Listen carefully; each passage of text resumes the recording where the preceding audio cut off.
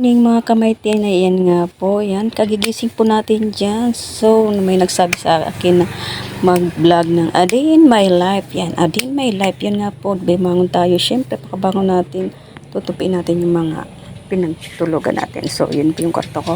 And then, after po ako niyan, pag nakabangon na po ko, iniisip ko na po tuloy niyan yung kape, magpapainit ako ng tubig, ganon ako lagi, ayan. So, nagpainit na nga ako dyan ng tubig.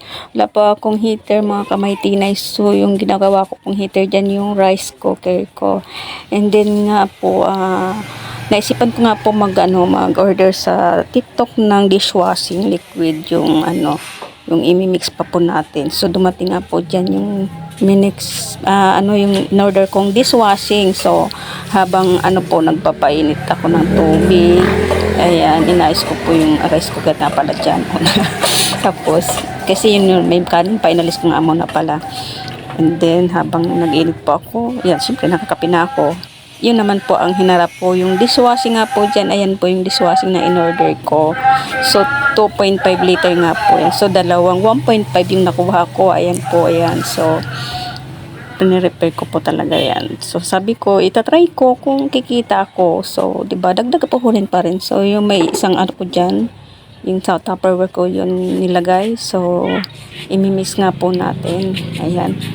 Swerte ko naman kasi dumating yung pamangkin ko. Ayan, nagpa-video po ako habang nagmimix tayo ng dishwashing. So, inuna ko syempre dyan, nilagay ko yung tubig sa lalagyan. Ayan, tubig po ang nilagay ko dyan. Dapat po malinis na tubig ang kailangan. Ayan. So, sabi ko nga sa pamangkin ko, dapat kita yung buong katawan ko pag mag-video siya kasi bata pa po yung nag-video. So, wala tayong taga-video. Yun nga po, nag-mix na po ako. Inuna ko yung water. So, dapat pag nag-mix po tayo, kailangan haluin, huwag pong tigilan sa paghalo yung dishwashing na minimix natin. Kailangan po talagang halo hanggang sa maging firm po yung liquid. So, ayan po, tapos na ako maglagay ng tubig. Siyempre, isusunod po natin dyan yung dishwashing na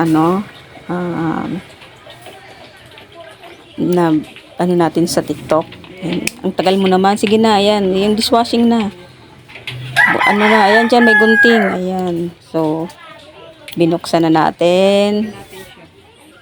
Siyempre, bubuksan natin kasi hindi yan bubuhos kung hindi natin bubuksan. Ayan, binuksan ko ng wala akong pang yan. Kumuha ko ng pang halo. So, naisipan kong kunin na lang yung sanse.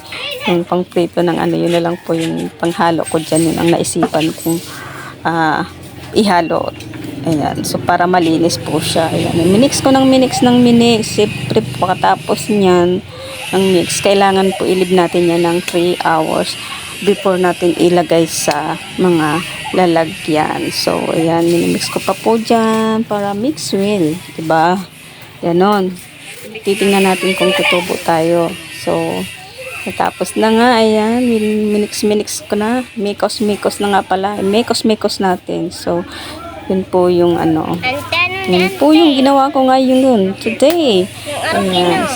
Swerte ko naman po kasi dumating pala yung hipag ko. Yun na po yung nagkasama sa aking anak para magpa-inject. So, yun na po yung finished product natin. So, ililid po natin yan ng 3 hours. So, mga kamay-tinay, thank you for watching. Abangan po yung paglagay ko dyan sa bottle. Yun po ang dishwashing liquid natin. Ayan, free order na po tayo dyan. So, yan po ang product na natin. Ililid ko po yan ng 3 hours and then ilagay sa bottle. Thank you for watching.